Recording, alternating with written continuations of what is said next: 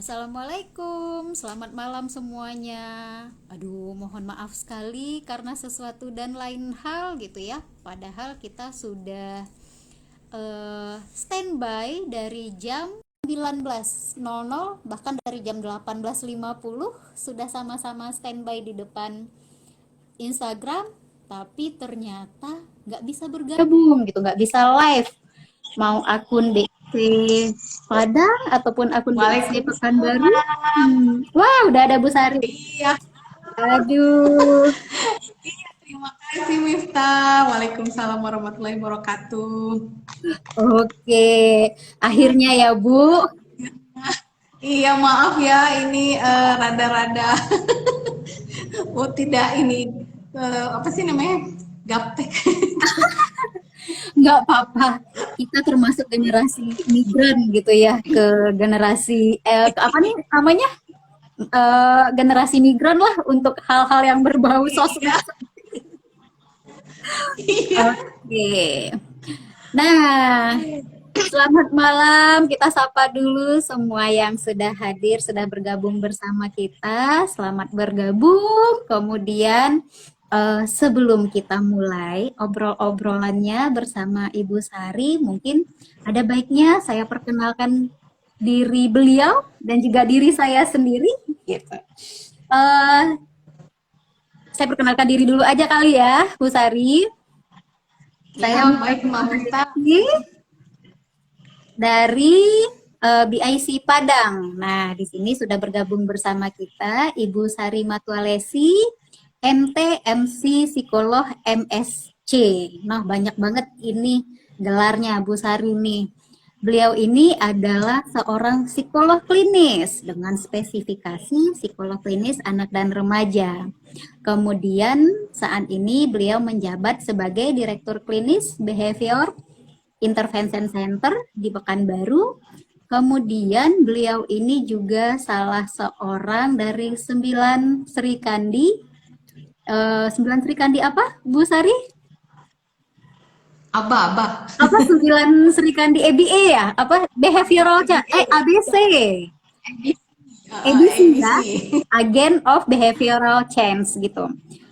Beliau juga selain seorang psikolog klinis, beliau juga mendapatkan titel sebagai behavior analis gitu. Nah, behavior analis ini apa sih, kok rada-rada mirip dengan BIC, Behavior Intervention Center gitu. Kayaknya nih ada hubungannya gitu. Apa nih Bu Sari, mungkin bisa dijelaskan sedikit dulu nih, apa nih si behavior ini gitu. Kenapa dibawa-bawa terus nih behavior ini? Iya, baik Mbak Miftah, terima kasih ya atas ini kesediaannya untuk mengadakan live session ini untuk bisa saling sharing ya di sini tentang apa yang kita lakukan di dalam intervensi untuk khususnya dengan pendekatan behavior ya. Jadi Mbak Minta nanya nih, kenapa nih behaviornya dibawa-bawa terus gitu ya? Ya, sebenarnya pendekatan behavior kan seperti yang mungkin teman-teman psikolog banyak tahu bahwa memang pendekatan behavior ini salah satu pendekatan dalam aliran psikologi. Nah, namun mungkin pada pada perjalanannya, jadi semakin ke sini gitu, ternyata pendekatan behavior ini cukup populer gitu untuk dilakukan atau diterapkan di banyak bidang yang lain. Jadi banyak bidang yang lain yang masih ada manusianya lah gitu. Sehingga akhirnya pada tahun 98-an muncullah satu profesi baru yang merupakan pecahan dari yang tadinya mungkin neneknya itu sama-sama di psikologi gitu ya ilmunya. Nenek Tapi ini mungkin ibu. akhirnya mereka iya betul neneknya jadi buyut-buyutnya sama gitu ya ininya rumpun ilmu pengetahuannya sains tentang perilaku manusia namun kesininya ternyata banyak diimplementasikan di bidang lain seperti pendidikan, organisasi dan manajemen, pendidikan khususnya nanti masuk lagi pendidikan anak spesial nih lalu muncullah profesi behavior analis di Amerika sehingga mereka mendirikan suatu profesi tersendiri gitu, punya kalau kita mungkin punya ikatan tersendiri gitu ya, punya standar sendiri, punya universitas yang memiliki jurusan sendiri untuk cabang ilmu itu. Jadi behavior analysis ini memang satu cabang ilmu yang sekarang diakui sebagai science. Nah, pada praktiknya seorang yang mempraktekkan pendekatan behavior analysis disebut behavior analyst gitu. Nah, memang dalam scope behavior analysis ini yang tentunya jadi fokus utama kita ya perilaku gitu ya, behavior. Nah, kalau mungkin di setting klinis kan gimana caranya mengubah behavior yang tadinya mungkin ada tidak adaptif, yang disorder lah tanda kutip ya, karena kita clinical setting menjadi suatu perilaku yang lebih baik, yang adaptif gitu. Nah, itulah yang secara garis besar mungkin behavior analisnya di situ. Dan kenapa kita BIC, Behavior Intervention Center gitu ya, behaviornya di depan, behavior terus gitu. Nah, mungkin ini masalah karena kita ini aja ya, fokus intervensi kita menggunakan pendekatan tersebut gitu untuk mengubah perilaku-perilaku yang ingin kita ubah gitu. Sebenarnya kalau saya sih termasuk yang berpendapat semua pendekatan itu baik gitu ya, benar gitu, asal diterapkan pada masalah yang sesuai. Nah, mungkin kami di sini yang lebih mengambil pendekatan behavior, menerapkan pada masalah-masalah yang memang seringkali membutuhkan prioritas di intervensi perilakunya, baru mungkin kita masuk ke intervensi yang lain. Berarti di sini kata kuncinya itu di perilaku ya, Bu Sari ya. Nah, Iya, sebenarnya betul, yang Mami. disebut perilaku itu sendiri apa sih, Bu Sari? Perilaku itu apapun ya yang dilakukan oleh manusia, simpelnya sih gitu. Apapun yang kita lakukan yang bisa dilihat dan bisa diobservasi dan tentunya bisa didefinisikan gitu. Yang dilakukan manusia hidup. Jadi simpelnya sih semua kata kerja itu perilaku gitu, simpelnya dan mudahnya ya. Pokoknya nggak bisa dilakukan orang mati, nah itu yang disebut perilaku. Tapi kalau diam aja ya bukan perilaku. Diam itu Iya. sendiri juga perilaku ya, Bu Sari ya. Iya, sebenarnya sih perilaku, cuma nanti nggak jadi target intervensi. Nggak jadi target intervensi. Target intervensinya adalah bagaimana supaya si diamnya ini menjadi suatu perilaku yang lebih aktif. Barangkali seperti itu ya, Bu Sari. Ya, betul, betul Mbak Mita.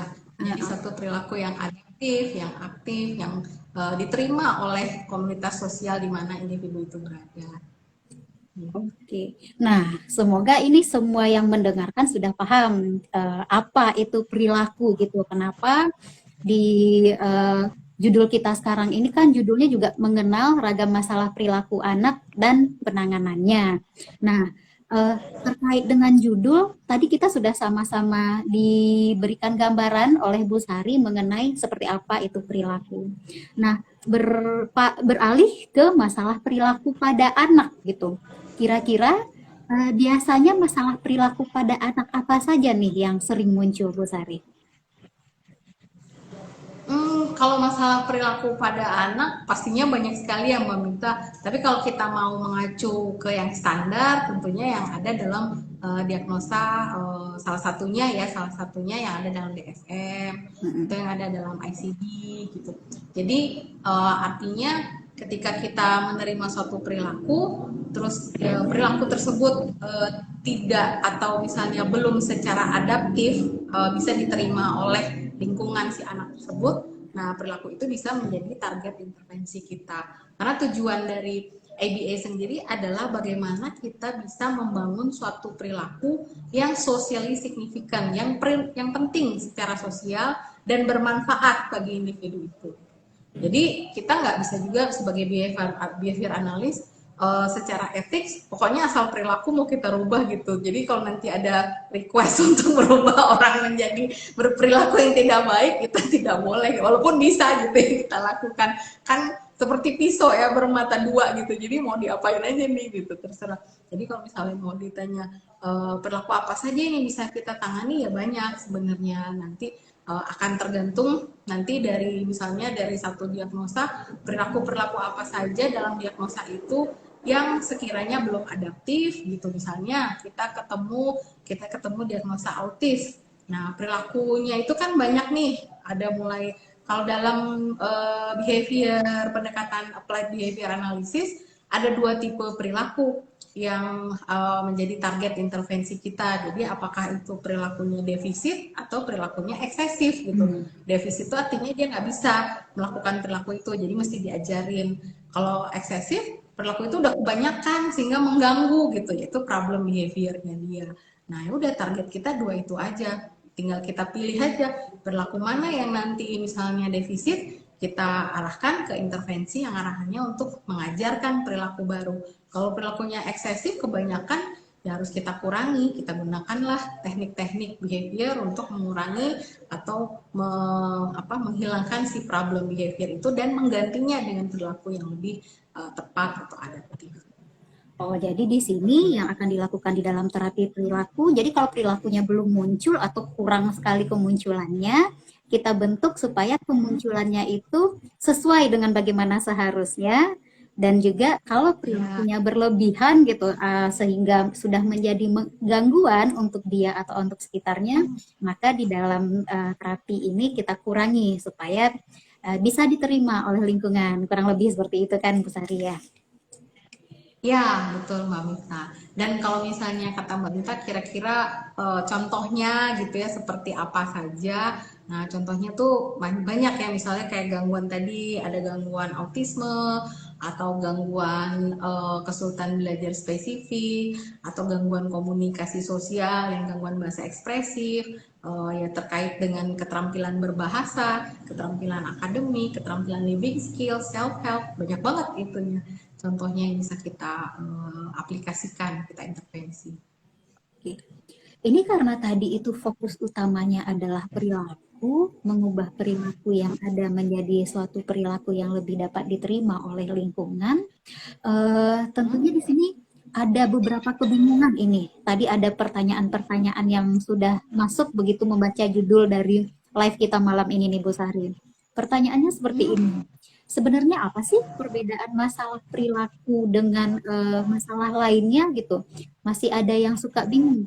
Ini kalau anak seperti ini maksudnya masalahnya masalah di perilaku atau masalah di yang lain ya? Jadi perbedaannya kira-kira bagaimana supaya para teman-teman kita yang sudah bergabung di sini bisa secara lebih ringkas gitu untuk membedakan yang mana masalah perilaku itu atau itu sebenarnya bukan masalah perilaku yang mereka hadapi.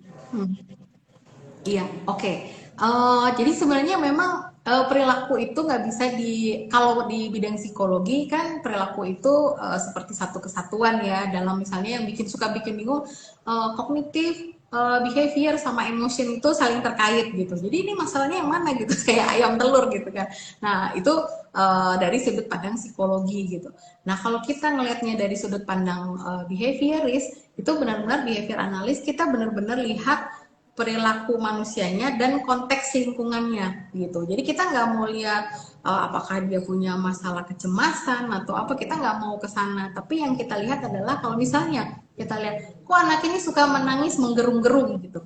Yang jadi fokus kita bukan apakah dia sedih, apakah dia tidak nyaman, apakah dia lapar, enggak seperti itu yang jadi fokus pertama kita. Kita lihat kapan dia mulai nangis gitu. Terus apa kira-kira yang menjadi trigger waktu dia nangis gitu kan. Jadi misalnya kalau lihat anak nangis menggerung-gerung, kita tanya dulu sebelum nangis tuh apa kejadiannya gitu. Jadi kita selalu melihat kondisi lingkungan karena kalau dalam behavior analis perilaku yang kita lihat itu biasanya cuma ada 2. Jadi responden behavior sama operant behavior. Kalau responden behavior itu adalah perilaku yang terkait fisiologis ya. Kadang-kadang itu memang udah bawaan dari dari individunya sendiri. Kalau operant behavior adalah perilaku yang munculnya selalu dengan interaksi lingkungan. Kembali lagi ke contoh anak yang nangis tadi. Begitu anaknya nangis menggerung-gerung, kita lihat ini awalnya apa? Oh, tadi sebelum dia gerung-gerung, ibunya menyelinap keluar dari ruangan. Terus ya dia tinggal sendiri. Begitu dia tinggal sendiri dengan terapis, dia celinguk-celinguk langsung wah gitu. Nah oke, berarti kita punya asumsi ibunya lah yang membuat keluarnya ibunya membuat dia menangis gitu. Berarti apa? Berarti dia butuh atensi dari ibunya sesuatu yang membuat dia diam, tenang itu berasal dari ibunya gitu. Jadi bagaimana harus meyakinkan kita memang benar ibunya nih yang jadi kalau kita bilangnya itu si ibu ini merupakan tangible things. Jadi sesuatu yang bikin dia diam, tenang gitu. Yang kita lakukan tadi namanya functional analysis behavior gitu. Nah, jadi begitu nanti kita punya asumsi seperti itu, kita bisa tes lagi. Oke, kalau gitu suruh lagi ibunya masuk, gitu. Diam nggak dia gitu. Kalau misalnya dia diam, ya oke, berarti benar ibunya itu yang jadi penyebab dia nangis menggerung-gerung. Nah ini kan tapi sesuatu hal yang tidak adaptif ya, ditinggal ibunya terus dia langsung gerung-gerung, dia nggak mau belajar. Dan berarti intervensi kita apa? Intervensi kita adalah gimana caranya dia tidak menggerung-gerung ketika ditinggalkan ibunya. Nah, di situ kita bisa pakai teknik macam-macam.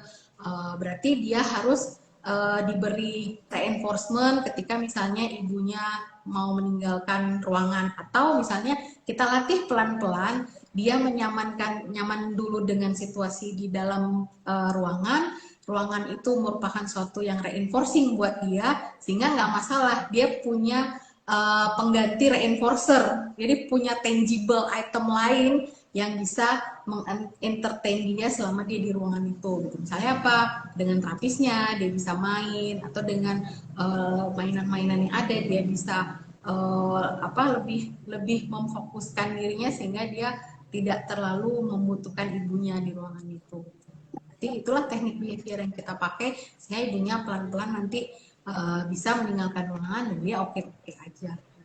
Kita nggak menyuruh, maksudnya nggak menjadikan suatu wah ini anaknya cemas nih, kalau gitu nanti ibunya misalnya harus memeluk dia sering-sering gitu. Iya sih boleh, tapi tentunya kita lihat dulu apa sih yang bikin dia cemas itu gitu. Nah kalau di behavior seperti itu.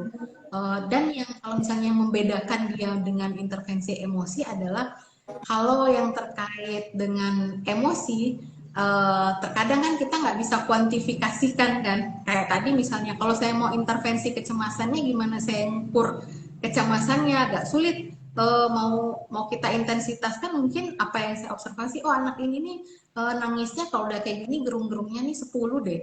Nanti kata Miftah, belum 10, ada lagi yang lebih parah dari itu gitu. Jadi itu agak susah gitu mengukur, menyamakan kalau dalam pandangan sudut. Ini kita pakai kacamatanya behavior ya. Tapi kalau misalnya saya bilang, oh anak ini menangisnya nih bisa 10 menit kalau ibunya keluar. Tapi kalau misalnya kita udah berhasil membuat dia menjadi lebih tenang, nangisnya menjadi cuman paling 30 detik gitu. Nah itu jadi lebih jelas gitu. Nah di sana kita membedakan bahwa kalau kita berfokus pada perilaku nangis, itu bisa dikuantifikasikan dengan suatu measurement tertentu gitu kan, kayak tadi durasi nangisnya, atau misalnya tingkat kekerasan suaranya gitu, kalau kita punya alat ukur kekerasan suara menangis. Tapi yang paling gampang mungkin kalau problem behavior menangis, durasinya lah yang pengen kita kurangi, berapa menit, berapa detik gitu, itu jelas. Tapi kalau anxiety mungkin satuan ukurannya agak susah kan, karena itu suatu yang abstrak gitu. Kalau di pandangan behavior sih seperti itu, tapi mungkin di psikologi kan punya skala sendiri juga untuk mengukur itu gitu. Kayak gitu sih Perlu memang. pemeriksaan lebih lanjut ya kalau kita melihat untuk Ya, emosinya. Paling nanti betul. kita melihat durasinya berapa lama nih anak menangis, atau dalam sehari itu sampai berapa kali sih dia menangisnya gitu. Barangkali itu yang bisa dilihat Iya, dari sudut pandang si behaviornya gitu ya. Nah, betul. kemudian ini kan sebenarnya kurang lebih tadi kita sudah mendapatkan gambaran apa sih yang dilakukan dengan pendekatan behavior analysis ini gitu. Kemudian sebenarnya mungkin di antara kita masih ada yang berpikiran bahwa ini yang namanya penanganan perilaku seperti ini gitu harus dilakukan di tempat khusus kah, dengan ahli khusus kah gitu, atau sebenarnya kayaknya kalau dari cerita Bu Sari tadi itu gampang deh, kayaknya bisa dilakukan di rumah, tapi kok nggak efektif gitu. Ada beberapa barangkali yang bertanya seperti itu. Tapi kalau teman-teman mau bertanya langsung juga boleh ya, silahkan ditinggalkan saja di kolom komentar gitu. Nah, menanggapi pertanyaan-pertanyaan seperti itu, Itu seperti apa nih Bu Sari? Kayaknya nih yang disampaikan Bu Sari itu udah sering deh kita lakukan, tapi kok kayaknya gitu lagi ya anaknya gitu. Itu gimana Bu Sari? Iya, baik Mbak Miftah ya.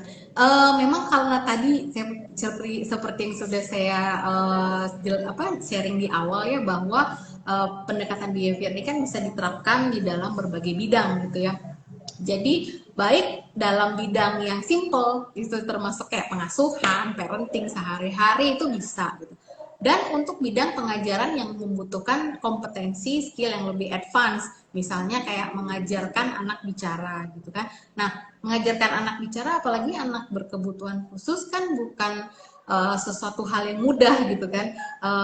Kenapa? Karena kita butuh suatu step-step yang evidence based, butuh acuan referensi yang evidence based gitu kan. Nah, untuk semua ini kan mungkin tidak semua, sebagian orang tua mungkin ada yang sudah paham, tapi sebagian lagi mungkin belum gitu. Nah, disitulah kita membutuhkan profesional yang membutuhkan skill lebih tadi untuk bisa memberikan intervensi yang tepat pada misalnya anak-anak yang mengalami tadi masalah gangguan berbicara itu. Nah, oleh karena itu kalau misalnya suatu perilaku yang mau kita intervensi itu memang membutuhkan skill profesional yang lebih kompleks, yang lebih berpengalaman untuk menanganinya, memang sebaiknya kita tangani di tempat yang profesional gitu.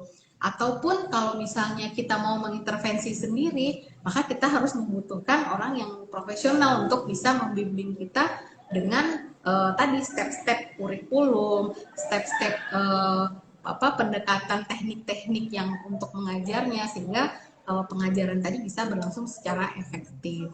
Nah, kalau misalnya untuk menangani perilaku-perilaku biasa sih bisa gitu ya, lebih mudah lah. Misalnya kayak anak tipikal atau anak normal yang males-males belajar gitu kan, tidak termotivasi, lebih seneng nonton TV gitu. Mungkin dengan apa namanya kita berikan token terus perjanjian nanti kalau Ade misalnya bisa ngerjain PR tepat waktu, Ade dapat sekian token, terus tokennya kita tempel. Ini kita bicara buat anak-anak misalnya di bawah kelas 3 SD ya, masih kelas 2, kelas 1 ini kan baru masuk sekolah, terus mulai lagi males-males lagi, padahal ini udah mau ujian, mau terima rapot gitu kan. Nah, gimana nih memotivasinya karena udah kelamaan libur, banyak main HP dan seterusnya. Nah, kita bisa gunakan teknik behavior seperti itu tanpa harus misalnya berkonsultasi dengan yang profesional. Tapi kalau misalnya kita menghadapi individu dengan gangguan autisme umur 2 tahun misalnya yang belum, kita mau mulai dari mana gitu, anaknya masih puteran, masih susah gitu kan untuk boro-boro bisa diperlakukan seperti si adik yang belajar tadi pakai token gitu ya, dicolek aja dia marah gitu. Jadi ya kita butuh pendekatan yang lebih skillful untuk bisa membuat suatu intervensi kepada si adik yang 2 tahun ini dengan gangguan autisme tadi. Wah, Itu ini langsung terjawab. Ini ada tadi pertanyaan secara japri yang menanyakan apakah terapi ya. perilaku atau terapi behavior ini dikhususkan untuk ABK saja atau juga untuk anak normal? Sudah langsung terjawab ya yang bertanya. Oh Jadi iya, menurut Bu Sari betul. tidak gitu, Mm-mm. tidak hanya untuk ABK, untuk semuanya selagi ada manusia begitu ya Bu Sari. Iya, betul banget, Mbak. Bahkan kepada pegawai pun kita bisa menggunakan pendekatan ABA ini untuk meningkatkan performance mereka. Kalau di bidang apa namanya organizational behavior management, misalnya simpelnya sih sama ya kayak token si anak tadi. Misalnya nih kita punya ada karyawan, saya ada karyawan cleaning service. Nah, gimana caranya ya mereka bisa menyelesaikan target-target di membersihkan ruangan dengan tepat waktu, tidak leyeh-leyeh, tidak ini. Nah, mungkin kita bisa pakai sistem token itu. Siapa yang nanti bisa menyelesaikan ruangan A dalam jangka waktu 1 jam misalnya, nanti akan dapat token dengan sekian poin. Nanti di akhir bulan tokennya tadi bisa ditukar dengan bonus gitu. Wah, Pasti pada semangat kan daripada ini kalau kalau ada misalnya bonus dan bonus, ini para karyawan udah semangat sekali ini. Gitu. Jadi ini sebenarnya untuk karyawan-karyawan, untuk manusia-manusia dewasa, mungkin belum mengenal sebelumnya apa itu behavior analis, tapi sebenarnya sudah dilakukan gitu ya Bu Sari, kayak tadi itu diberikan bonus, Iya, diberikan penghitungan-penghitungan tertentu. Nah, iya, Bang. jadi di kolom chat sudah ada pertanyaan dari Hazli Mirdani. Assalamualaikum Ibu. Untuk anak-anak dengan ASD yang selalu memukul kepala sendiri dan teriak, bagaimana ya menghadapinya? Oke, baik Ibu Hazli Mirdani ya. Bapak Jadi ini kalau Bu di Sari, Bapak ya, aduh silakan. maaf, mohon maaf. Jadi kalau dalam behavior analisis itu ada yang namanya menganalisis fungsi perilaku. Jadi kalau ada suatu problem behavior seperti ini, mukul kepala, teriak-teriak, biasanya kita analisa dulu maksud dari dia mukul kepala dan teriak itu apa gitu. Dan itu harus dilakukan observasi ataupun interview secara detail kapan, bagaimana si perilaku itu terjadi gitu. Karena pada anak-anak ASD yang belum bisa berkomunikasi, problem behaviornya itu biasanya merupakan salah satu bentuk komunikasi gitu. Jadi bukan problem itu selalu kita katakan problem, tidak, karena dia tidak bisa memilih jalan komunikasi yang lain, makanya dia lakukan seperti itu gitu. Jangankan mukul kepala gitu, ngegigit tangannya sendiri ada gitu. Tapi apa sebenarnya waktu dia menggigit itu apa sebenarnya yang mau dia komunikasikan, itu yang harus kita cari dulu. Nah, kalau misalnya memukul kepala, itu terjadinya kapan? Kalau dia teriak, terjadinya kapan? Gitu. Jangan-jangan fungsi perilaku itu kan banyak. Satu, maksudnya maksud dari suatu perilaku itu disebut fungsi ya. Maksud dari terjadinya suatu perilaku itu banyak. Satu, dia ingin perhatian, namanya atensi. Yang kedua, dia ingin tangible, dia ingin sesuatu benda, makanan gitu, dia ingin itu. Yang ketiga, dia nggak pengen melakukan hal yang kita suruh gitu, jadi dia pengen kabur, makanya dia cari jalan. Nah, kalau dia kabur pasti ketangkep, kalau gitu dia pukul aja deh, berhenti kan tugas yang disuruh. Udah, itu namanya fungsi escape gitu. Terus ada lagi fungsi sensori. Sensori itu biasanya dia memukul kepala itu karena ada sesuatu sensasi yang dirasakan yang membuat dia nyaman. Nah, itu harus kita cari tahu dulu. Cari tahunya lewat observasi, lewat interview, namanya functional behavior assessment gitu. Nah, kembali lagi ke contoh, misalnya salah satunya gigit tangan. Lalu ketika dia gigit tangan, jangan kita kira bahwa dia menggigit tangan kita karena dia nakal, karena dia agresi gitu. Pernah terjadi anak yang saya tangani, dia menggigit bukan karena itu, dia lapar gitu. Nah, kalau seandainya kita kasih punishment kepada anak ini karena kita anggap dia sudah agresif, kebayang nggak sih Bu, kalau misalnya apa, kalau kita lapar, kita ngomong lapar nggak bisa, akhirnya kita lakukan gigit gitu. Lalu tiba-tiba kita dipukulin gitu, apa kita nggak tambah agresif gitu. Jadi kan kasihan gitu. Jadi kalau kita ketemu dengan anak yang melakukan tadi, misalnya pukul kepala, teriak, gigit, kita cari dulu apa maksud dari perilakunya. Baru kita bisa hadapi dia dengan sesuai dengan maksudnya tadi. Kalau misalnya dia pukul kepala, teriak, itu dia menginginkan sesuatu, dan disitulah kita ajarin dia untuk tidak pukul kepala dan teriak ketika dia mau menginginkan sesuatu. Contoh, kalau bagi yang tidak bisa ngomong, daripada dia teriak, kita ajari dia yang namanya functional communication training. Dia bisa kita ajarin pakai kartu merah sama kartu biru. Nah, itu pelajarannya mesti panjang stepnya gitu. Jadi nggak serta-merta kita kasih kartu lalu nanti dia bisa, begitu dia pengen misalnya, saya pengen break atau saya pengen makanan, lalu tiba-tiba dia bisa ngajuin kartu makanan, nggak bisa gitu. Tewas itu. Panjang gitu ya. Iya, betul. Jadi panjang jalannya, tapi itu salah satu output akhirnya seperti itu. Biasanya misalnya anak ini selalu ketika belajar udah jalan 1-2 menit dia pukul kepala teriak-teriak. Biasanya itu fungsinya escape. Kalau escape berarti kita lihat lagi gimana nih. Oh, ternyata terjadinya pada saat dia belajar. Oke, kalau gitu kita ajarin dia minta break kalau dia merasa udah penuh, udah capek. Gimana caranya? Ya tadi pakai kartu, karena dia belum bisa ngomong. Jadi kalau misalnya dia sudah 1 menit, 2 menit, dia bisa dia tunjukin kartu merahnya. Berarti, oh dia minta stop. Oke, kamu akan stop. Stop 1 menit ya, kamu boleh main. Jadi dia udah tenang lagi. Oke, kita belajar lagi. Bisa kita latih seperti itu. Tapi balik lagi kita mesti tahu dulu apa maksud perilakunya. Itu Bang. Sebelum kita mengetahui apa maksud dari anak-anak ini, apa yang kita lakukan ketika perilaku itu muncul? eh yang bisa kita lakukan sebenarnya kita harus observasi secepatnya ya kalau itu muncul. Tapi kalau seandainya ibu bapak tidak tahu, mungkin ya diblok aja gitu. Jadi jangan balik maksudnya di blok itu, yaitu dia susahnya kalau cuma di blok itu tidak mendidik anaknya. Di blok itu artinya tidak pukul kepala, dipegang aja. Tapi kan dia nggak bisa menyampaikan maksudnya gitu. Jadi itu cuman kayak misalnya orang lapar disuruh tunggu sebentar tapi nggak dipenuhi gitu kebutuhannya gitu. Paling pertolongan pertamanya begitu. Kita usahakan agar dia tidak memukul kepalanya. Kita bisa gunakan misalnya bantal gitu ya. Maksudnya bantal itu untuk melindungi dia. Kalau untuk anak-anak yang besar kan tenaganya kuat. Bisa pakai helm di beberapa center. Kalau seandainya individu yang ASD tapi punya intelektual disabilitas berat, mereka agak susah memang untuk diblok sehingga fungsinya kadang-kadang itu sensori sehingga mereka pukul kepala tuh karena merasakan sensasinya di kepala. Itu bisa dikasih helm.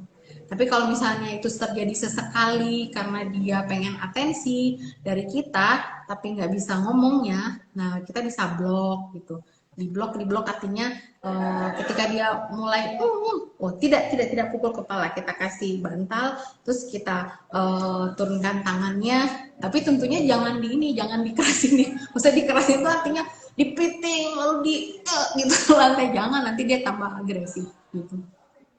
Oh, kalau misalnya ketika anak-anak ini seperti tadi kita blok gitu ya, kalau misalnya itu memang kelihatannya butuh waktu yang lama dan mungkin akan membahayakan bagi diri anak itu sendiri atau ke orang lain, otomatis Iya. kita mengambil langkah cepat gitu, kita blok dulu untuk saat itu gitu, saat munculnya, sehingga nanti kita seiring berjalannya waktu secara pelan-pelan kita mengajarkan kepada anak-anak ini untuk bisa menyampaikan dengan cara yang bisa mereka lakukan gitu ya, karena nggak mungkin juga dipaksa dia belum bisa ngomong, kita minta dia untuk membicarakan, mengatakan apa yang ingin dia sampaikan gitu ya Bu Sari ya. Iya, betul.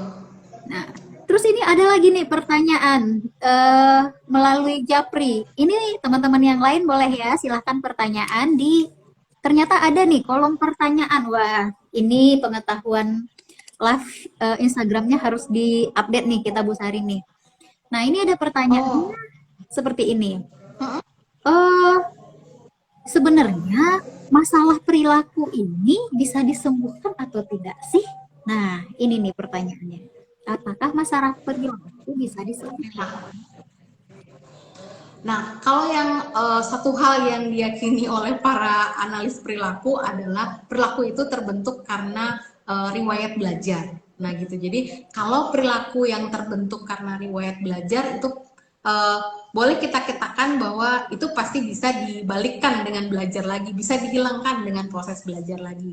Tapi akan berbeda kalau misalnya perilaku yang terbentuk karena gangguan neurologis, fisiologis, itu memang nggak bisa ya. Misalnya ada tics yang disebabkan oleh tics neurologis gitu yang gini-gini terus gitu, tapi ada satu kerusakan saraf yang sudah diperiksa ke dokter memang tidak bisa disembuhkan, itu nggak bisa dengan perilaku. Tapi perilaku yang terbentuknya karena riwayat belajar yang kayak tadi misalnya teriak, pukul kepala, terus ngegerung-gerung ya, guling-guling nih kalau lagi marah, tantrum, nah itu bisa dibentuk atau disembuhkanlah dalam tanda kutip dengan cara membelajarkan dia dengan perilaku yang tepat atau adaptif, atau perilaku yang dia belum sama sekali belum bisa, nah itu juga kita bisa ajarkan tentunya sesuai dengan kemampuan si anaknya itu. Ini ada lagi nih yang bertanya, oh untuk terapi-terapi seperti ini bisanya didapatkan di mana saja gitu Bu Sari? Oh, iya. Center-center sekarang tuh sudah banyak ya yang memberikan terapi perilaku gitu. Namun yang mungkin perlu nanti Bapak Ibu Bapak Ibu ketahui adalah bahwa intinya kalau terapi behavior terapi yang sepemahaman saya ya, yang sekarang alirannya sudah update ya di luar, itu pastinya dia akan ramah anak gitu. Dia tidak akan membuat anak itu menjadi stres atau traumatis. Nah itu aja. Jadi kalau terapi perilakunya itu memang tepat dan update, pastinya anak-anaknya juga happy ke sana, dia seneng gitu. Walaupun yang namanya problem behavior itu pasti ada, yang namanya nangis-nangis itu pasti ada. Tapi nggak nangis sepanjang waktu gitu. Jadi kalau misalnya anaknya datang ke center di awal-awal seminggu awal nangis tuh masih wajar. Tapi kalau sebulan, 3 bulan, 5 bulan nangis terus tiap kali datang, nah itu tuh pasti ada sesuatu yang membuat dia nggak nyaman dengan cara terapinya gitu. Jadi yang perlu dilihat mungkin itu ya. Kalau mau ditanya didapat di mana, tentunya kalau buat saya dan Mbak Mita ya di BIC ada terapi perilaku, jadi iklan nih. Gitu. Ini juga ada nih yang bertanya, kalau di BIC gitu, itu rentang umur berapa aja sih yang bisa ditangani? Oh iya, nah karena kebetulan kita ini psikolog anak gitu, ya. Nah dan remaja, kalau saya dan Mbak Mita sendiri memang spesialisasinya itu di bawah 12 tahun. Itu juga sebenarnya terkait karena ini ya, karena kesanggupan kita sama-sama kecil orangnya Mbak Mita ya. Jadi kalau kita kebagian ngajar anak yang usianya 15-16 tahun, yang tingginya 170 ya kita kalah gitu. Ya. Iya kita kalah kalah udah kalah tinggi, kalah kuat gitu. Jadi memang kita fokus ke intervensi dini gitu. Nah, terutama di BIC itu memang kita selalu berusaha me, merekomendasikan pada orang tua bahwa kalau misalnya ada gangguan-gangguan perilaku, intervensilah sedini mungkin gitu. Jadi kayak misalnya untuk gangguan autism yang memang intervensinya lewat perilaku, untuk perilaku-perilaku yang adaptifnya itu bisa dimulai dari usia 2 tahun bahkan kurang gitu kalau diagnosanya sudah ditegakkan gitu ya.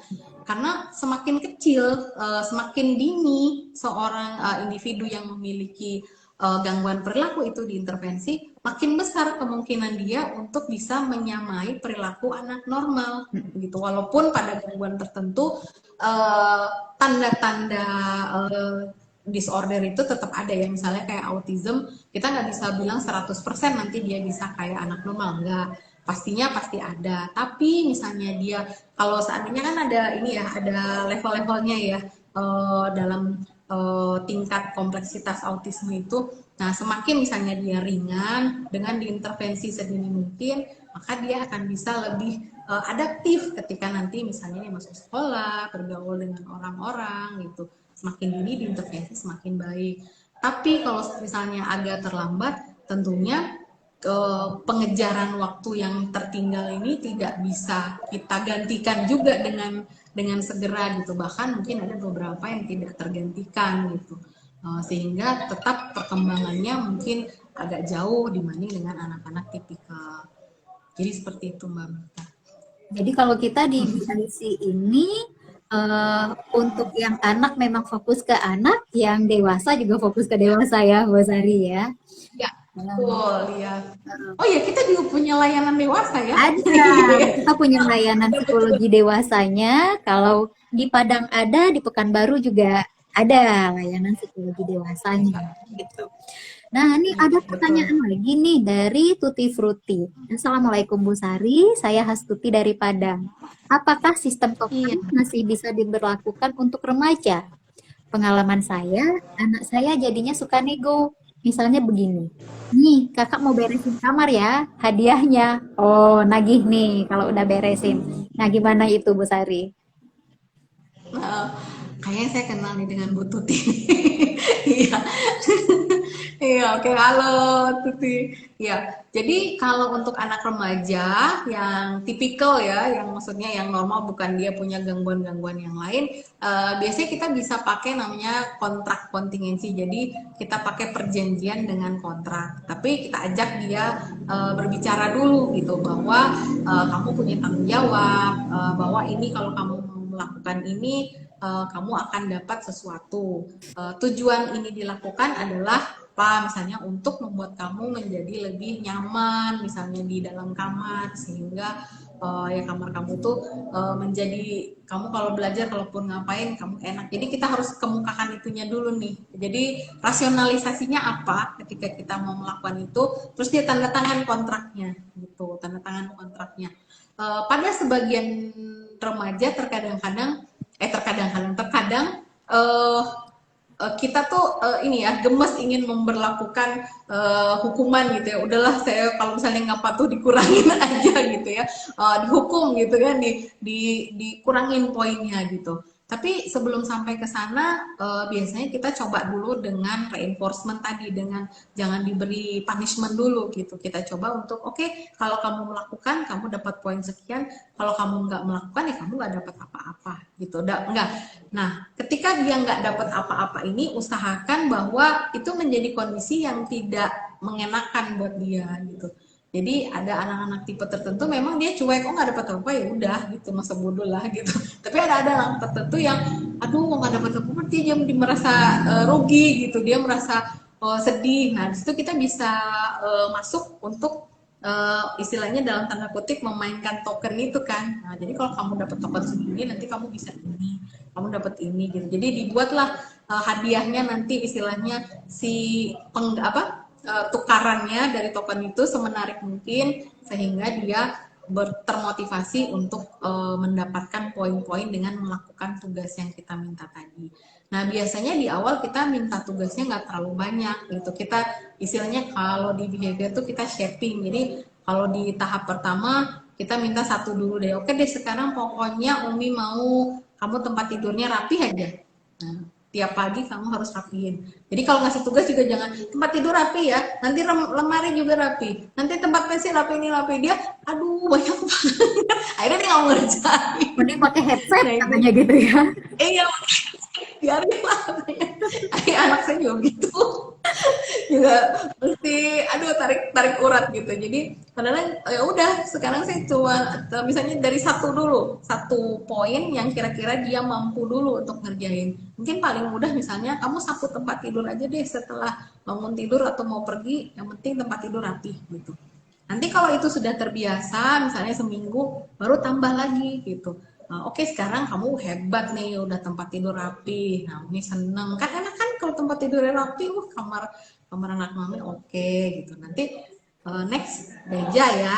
Meja juga misalnya jangan terlalu ribet dulu gitu ya. Ini harus di sini, ini harus ini. Pokoknya mejanya usahain bukunya di tempat buku, terus pensil nggak berantakan, sama kabel-kabel handphone kamu beresin. Udah itu. Berarti kan nggak terlalu banyak ya. Yang penting buku, alat tulis dan kabel-kabel.